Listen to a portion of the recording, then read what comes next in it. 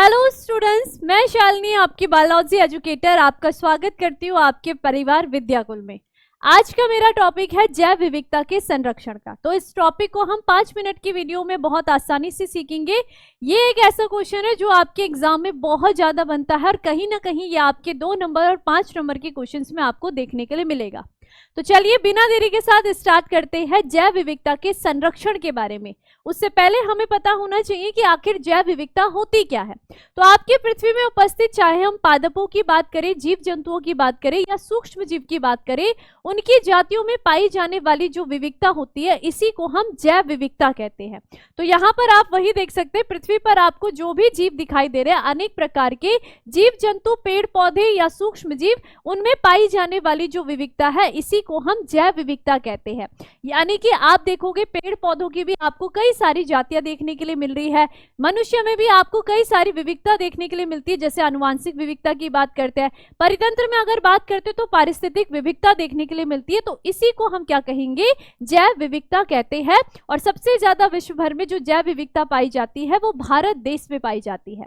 लेकिन अगर हम देखते हैं कि ये जो जैव विविधता है इसको मानवीय क्रियाकलाप बहुत ज्यादा हानि पहुंचा रहे हैं, अत्यधिक दोहन, आवासीय क्षति या विदेशी जाति के आक्रमण से ये जो जैव विविधता है, चाहे पादपों की बात करें, जीवों की बात करें, ये विलुप्त हो चुके हैं। और कहीं ना कहीं बहुत सारी ऐसी जातियां हैं जो संकटग्रस्त है, यानी कि वो अब विलुप्त होने की कगार पर खड़ी है। तो यहाँ पर इनके संरक्षण के लिए हमें क्या क्या उपाय अपनाने चाहिए, इसके बारे में हमें पता होना चाहिए। तो जैव विविधता का संरक्षण हम 2 विधियों के द्वारा कर सकते हैं। एक होता है स्वस्थानीय संरक्षण और दूसरा होता है आपका बाह्य स्थानीय संरक्षण। स्वस्थानीय यानी कि स्व यानी कि अपने स्थान में, जब हम जीवों को उनके प्राकृतिक आवास में ही संरक्षित करते हैं तो इसे हम कहते हैं स्वस्थानीय संरक्षण। लेकिन जब हम जीवों को उनके प्राकृतिक आवास से बाहर किसी मानव निर्मित आवास में हम यहाँ पर क्या कर रहे हैं, उनको संरक्षित करते हैं, तो इसे बाह्य स्थानीय संरक्षण कहते हैं। तो जैव विविधता संरक्षण की ये 2 आपको यहाँ पर विधियां याद रखनी है, स्वस्थानीय संरक्षण, बाह्य स्थानीय संरक्षण। अब स्वस्थानीय संरक्षण हमने कैसे कैसे किया है अपनी जैव विविधता को बचाने के लिए, तो यहाँ पर आपके बहुत सारे जो जैव विविधता हॉटस्पॉट बनाए गए हैं, आपके राष्ट्रीय उद्यान बनाए गए हैं, वन्य जीव अभ्यारण्य के द्वारा किया गया है, जीव मंडल आरक्षित क्षेत्र बनाए गए हैं और कहीं ना कहीं सांस्कृतिक और धार्मिक मान्यता के अनुसार भी आपकी जो जैव विविधता है वो संरक्षित हो जाती है। तो अब यहाँ पर इनकी संख्याओं की बात करें तो जैसे कि अगर हम जैव विविधता हॉटस्पॉट की बात करते हैं तो आपके यहाँ पर बात करें तो आपकी जो बुक है उसमें आपके 34 जैव विविधता हॉटस्पॉट है। लेकिन अगर वर्तमान की हम बात करते तो ये संख्या बढ़ करके 36 हो गई है। हम बात करते हैं भारत के जो आपके प्रमुख 3 हॉटस्पॉट है, लेकिन अब एक नया भी ऐड हो गया है। जो 3 है वो कौन कौन से हैं, हिमालय, इंडो बर्मा, पश्चिमी और क्या है, पश्चिमी घाट, और यहाँ पर आपको ध्यान रखना है श्रीलंका। ये 3 थे पहले, लेकिन अब एक नया बन गया है जो कि सुंदरलैंड है। लेकिन अगर एग्जाम में आते तो अगर आपको 3 दिए गए हैं तो वो 3 नाम आपके हिमालय, इंडो बर्मा, पश्चिमी घाट और श्रीलंका है। इसके बाद आपके राष्ट्रीय उद्यान की बात करें तो 1986 में, जब 1986 की बात करें तो तब तो राष्ट्रीय उद्यान की संख्या आपकी कितनी थी, 66 थी। लेकिन अब यहाँ पर ये कितनी बढ़ करके भी थी, 90 हो गई थी।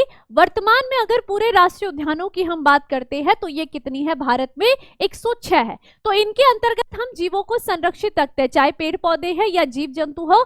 यहाँ पर कोई भी मानवीय क्रियाकलाप क्या है, प्रतिबंध है, यानी कि प्रतिबंध है, यानी कि यहाँ पर किसी भी प्रकार का कोई भी किसी भी जीव को हानि नहीं पहुंचा सकता है।